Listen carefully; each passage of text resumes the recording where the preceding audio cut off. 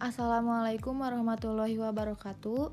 Kami dari kelompok 1 akan menjelaskan materi konsep gerak dan GLB atau gerak lurus beraturan yang terbagi menjadi 4 bagian. Yang pertama yaitu jarak dan perpindahan yang akan disampaikan oleh saya sendiri, bisa dipanggil Kak Salsa. Yang kedua yaitu kecepatan dan kelajuan yang akan disampaikan oleh Kak Zulfi. Yang ketiga yaitu percepatan yang akan disampaikan oleh Kak Sandi.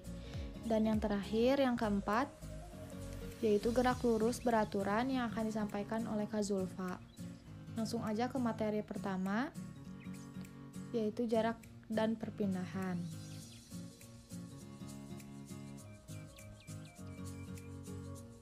Apa sih perbedaan jarak dan perpindahan? Jarak adalah panjang lintasan yang ditempuh oleh suatu benda dalam selang waktu tertentu dan merupakan besaran skalar.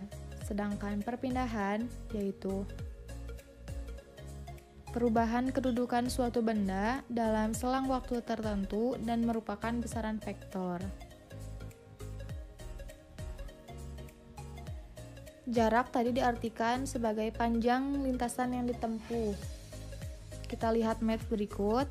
Kita mulai dari kampus UIN Sunan Gunung Jati Bandung, lalu menuju ke kampus 2 UIN Sunan Gunung Jati Bandung. Lintasan yang ditempuhnya yang berwarna biru. Kalau lihat di maps, jaraknya 2,2 km.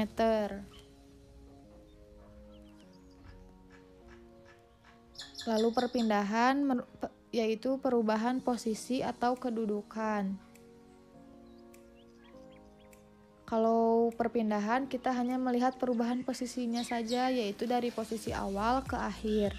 Nah, panah berwarna merah itu adalah perpindahan. Ya, sekarang kita ke contoh soal. Soal pertama, Ucok berjalan dari titik A ke titik B sejauh 8 meter, kemudian belok ke kanan sejauh 6 meter, dan berhenti di titik C. Hitunglah jarak dan perpindahan Ucok. Langsung aja ke penyelesaiannya. Tadi kan Ucok berjalan 8 meter, lalu belok ke arah kanan sejauh 6 meter. Maka jarak tempuh Ucok AB ditambah BC sama dengan 8 meter ditambah 6 meter sama dengan 14 meter. Sedangkan perpindahan, kita langsung aja tarik garis dari titik awal ke titik akhir. Maka karena terbentuknya segitiga siku-siku yang dicarinya garis miring, maka masukkan rumus Pitagoras, yaitu akar AB kuadrat ditambah BC kuadrat sama dengan akar 8 kuadrat ditambah 6 kuadrat sama dengan akar 64 ditambah 36 sama dengan akar 100. Maka perpindahan Ucok yaitu 10 meter.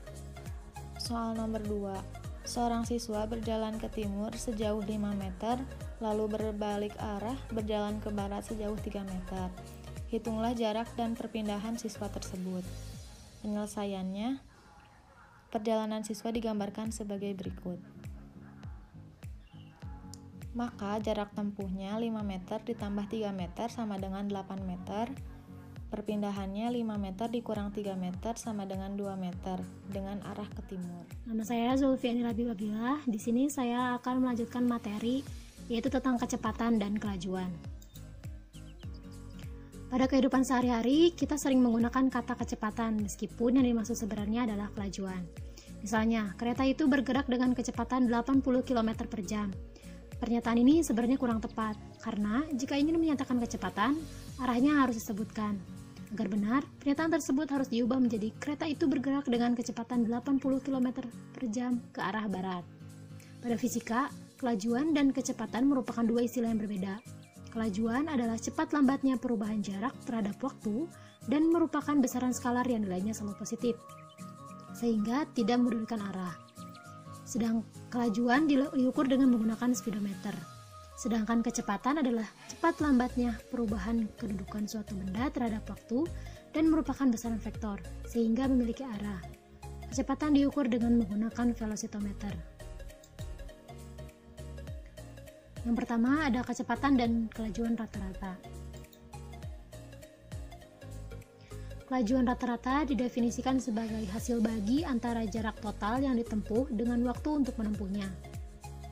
Kelajuan rata-rata atau bisa dilambangkan dengan V sama dengan jarak total atau S dibagi waktu tempuh atau T.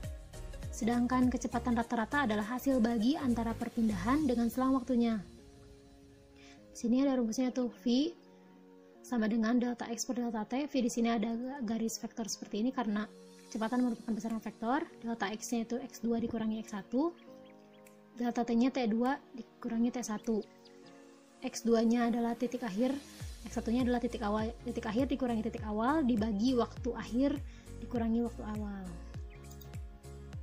Contohnya, seseorang berjalan ke arah timur sejauh 200 meter, kemudian orang tersebut berbalik ke arah barat sejauh 80 meter.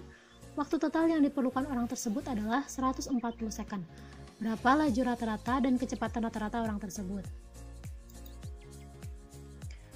Penjelasannya seperti ini. Ini ada orang berjalan ke arah timur sejauh 200 meter, kemudian berbalik ke arah barat 80 meter, maka delta X-nya adalah 120 meter dari 200 dikurangi 80. Nah, untuk mencari kelajuan rata-ratanya, V sama dengan S per T. Jumlah S atau jumlah jaraknya itu 200 tambah 80 dibagi T-nya ada 140 second, maka hasilnya adalah 280 dibagi 140 yaitu sama dengan 2, jadi kelajuan rata-ratanya adalah 2 meter per second. Sedangkan untuk mencari kecepatan rata-rata, V sama dengan delta X per delta T.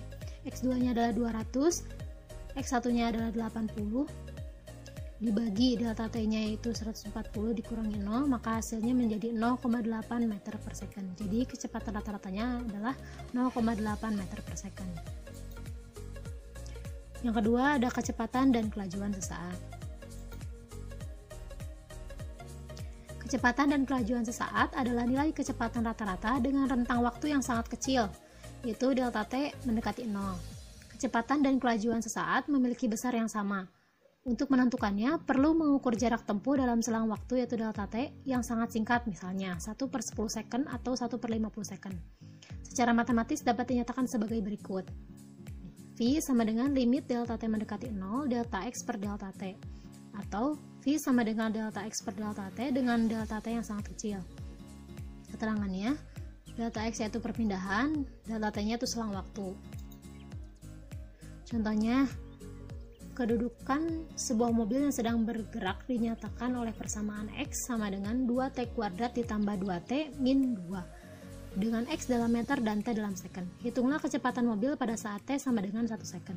Penyelesaiannya, persamaan kedudukan X yaitu 2T kuadrat ditambah 2T min 2.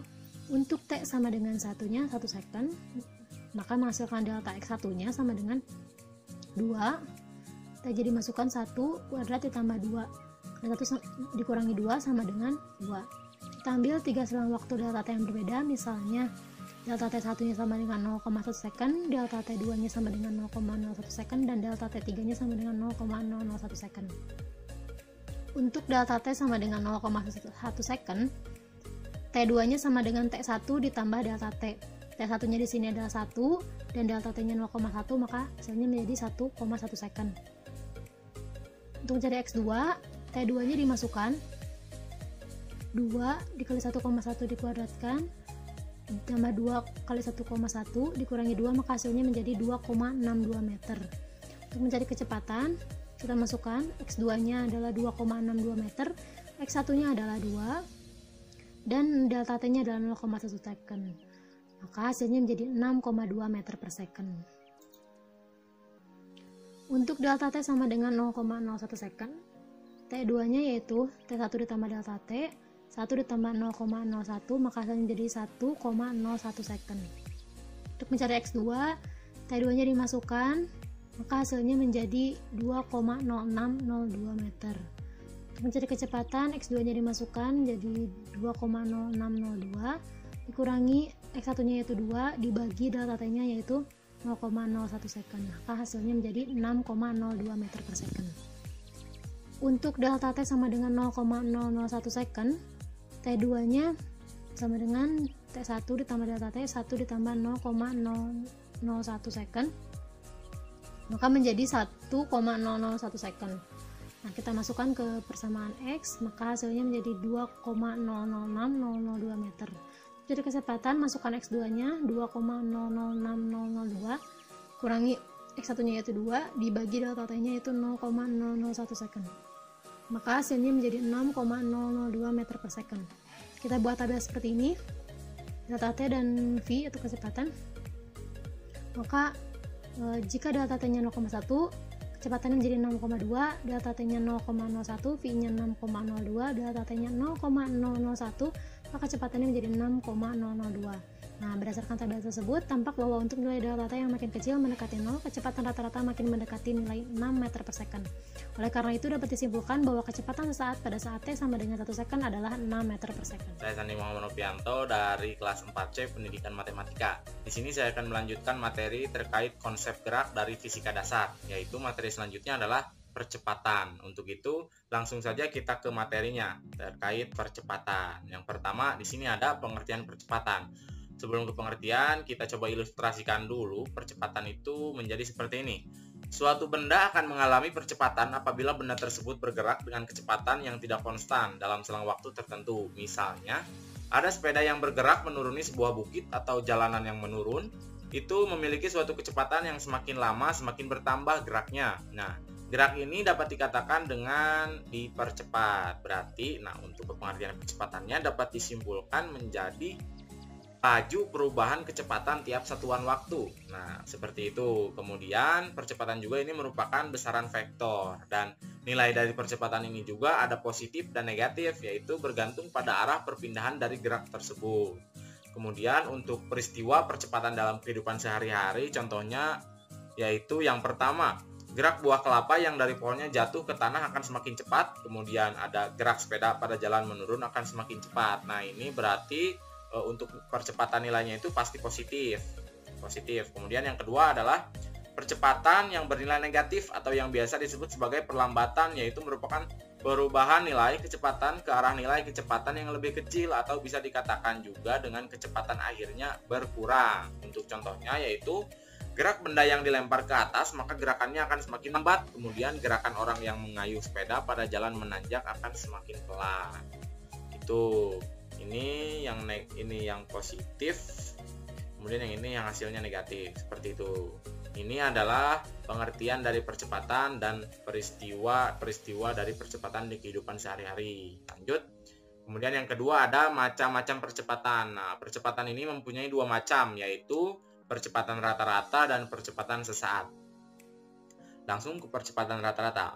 Percepatan rata-rata adalah hasil bagi antara perubahan kecepatan delta V dengan selang waktu atau delta T yang digunakan selama perubahan kecepatan tersebut. Nah, untuk rumusnya yaitu A sama dengan delta V per delta T, di mana A itu adalah percepatan rata-rata, satuannya yaitu adalah meter per sekon kuadrat, kemudian delta V itu adalah perubahan kecepatan, satuannya meter per sekon, dan delta T adalah selang waktu, satuannya sekon atau S. Kemudian, kalau jika suatu benda yang bergerak mengalami perubahan kecepatan dalam selang waktunya ada T1, T2, dan T3, maka rumus percepatannya ini akan menjadi seperti ini.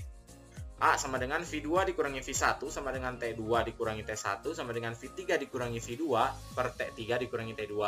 Seperti itu. Ini untuk rumus kalau selang waktunya itu adalah ada T1, T2, dan T3.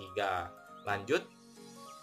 Ini mungkin untuk percepatan rata-rata, kita lanjut ke percepatan sesaat. Nah, percepatan sesaat adalah perubahan kecepatan dalam selang waktu yang sangat singkat atau mendekati nol. Nah, untuk menghitung percepatan sesaat ini, gerak suatu benda diperlukan waktu yang sangat singkat, yaitu tadi delta-nya itu harus mendekati nol. Nah, kalau dirumuskan atau secara sistematis, persamaannya ini dapat menjadi A sama dengan delta V per delta T, di mana A itu adalah percepatan sesaat meter per sekon kuadrat, kemudian delta V adalah perubahan kecepatan, satuannya yaitu adalah meter per sekon, dan delta T yaitu adalah selang waktu, satuannya S atau detik. Seperti itu.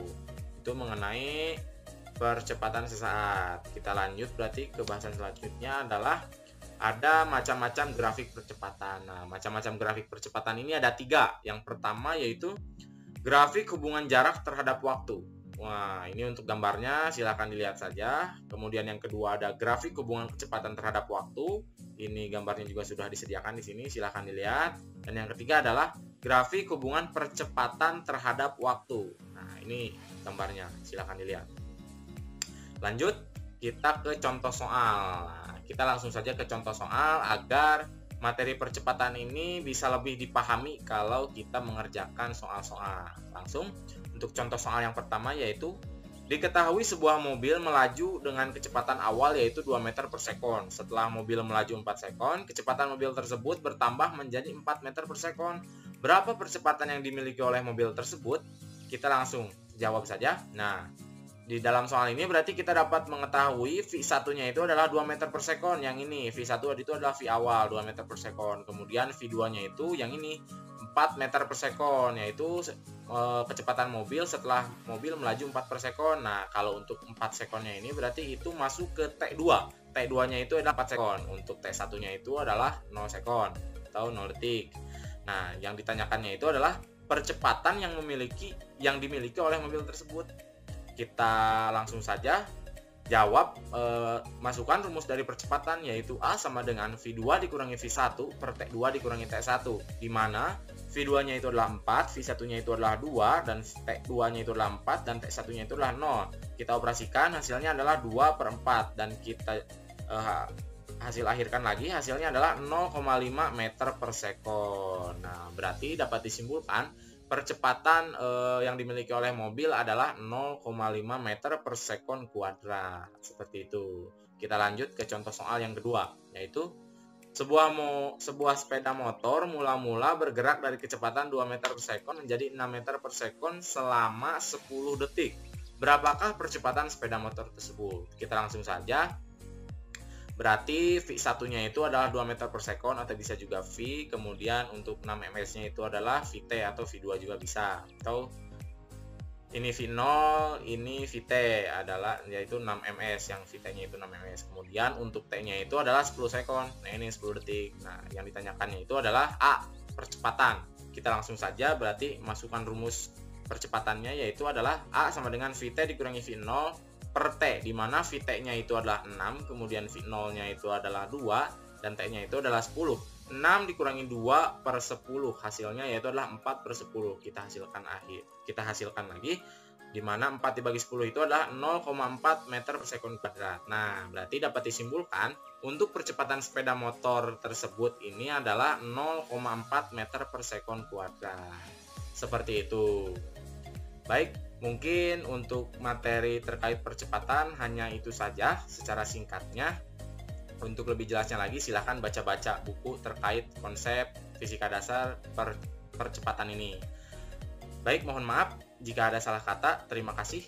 Oke, setelah kalian mempelajari mengenai besaran-besaran pada gerak lurus, yaitu perbandingan dan jarak, kecepatan dan kelajuan, dan percepatan, kita akan mempelajari mengenai macam-macam dari gerak lurus. Gerak lurus terbagi menjadi dua, gerak lurus beraturan atau kita singkat dengan GLB, dan gerak lurus berubah beraturan atau kita singkat dengan GLBB. Namun pada video ini kita hanya akan membahas mengenai gerak lurus beraturan atau GLB.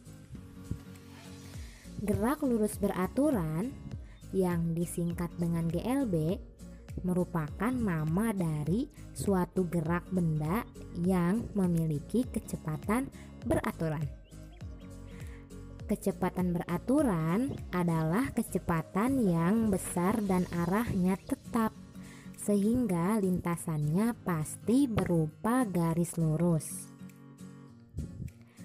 Nah, adapun ciri-ciri sebuah benda mengalami GLB atau gerak lurus beraturan, yaitu 1. Berada pada sebuah lintasan yang berupa garis lurus atau masih dapat dianggap sebagai lintasan yang lurus. Yang kedua, kecepatan benda tetap atau konstan. Yang ketiga, tidak mempunyai percepatan atau A-nya itu sama dengan 0. Pada kecepatan berbanding lurus dengan perpindahan dan berbanding terbalik dengan waktu. Karena gerak lurus beraturan memiliki kecepatan yang konstan atau tetap atau beraturan, maka tidak ada percepatan yang terjadi atau percepatannya adalah sama dengan 0, sehingga dapat ditulis sebagai berikut. V sama dengan konstan dan A nya itu atau percepatan sama dengan 0. Grafik di bawah ini merupakan grafik kecepatan terhadap waktu pada gerak lurus beraturan. Ini ya, grafiknya seperti ini, konstan ya tetap. Persamaan gerak lurus beraturan dapat dinyatakan dengan perubahan posisi atau kita namai delta S per satuan perubahan waktu atau delta T. Secara matematis, persamaan GLB atau gerak lurus beraturan ditulis sebagai berikut. V sama dengan delta S per delta, di mana V sama dengan kecepatan, yaitu berupa satuannya kilometer per jam atau meter per second. S-nya adalah perpindahan atau biasanya juga disebut sebagai jarak tempuh atau kilometer atau meter. T-nya itu adalah selang waktu atau waktu tempuh, bisa menggunakan jam ataupun sekon. Tapi perlu kalian perhatikan ya, jika S-nya itu adalah kalian memakai kilometer, maka T-nya itu kalian memakai jam supaya nanti sesuai dengan satuan yang digunakan, yaitu kilometer per jam. Begitupun dengan meter, jika S-nya itu adalah meter, maka T-nya itu harus berupa sekon supaya satuan dari V-nya itu sesuai, yaitu meter per sekon. Kemudian kita ke contoh soal ya. Seorang pengendara mobil berkendara dengan selama 20 menit sepanjang lintasan lurus dengan jarak 200 meter. Berapakah kecepatan dari mobil tersebut? Penyelesaian yang pertama diketahui, S sama dengan 200 meter, yaitu jaraknya ya 200 meter. Kemudian ada waktu T sama dengan 20 menit. Coba perhatikan, S-nya itu kan menit, berarti T-nya harus mengikuti, yaitu harus sekon atau detik.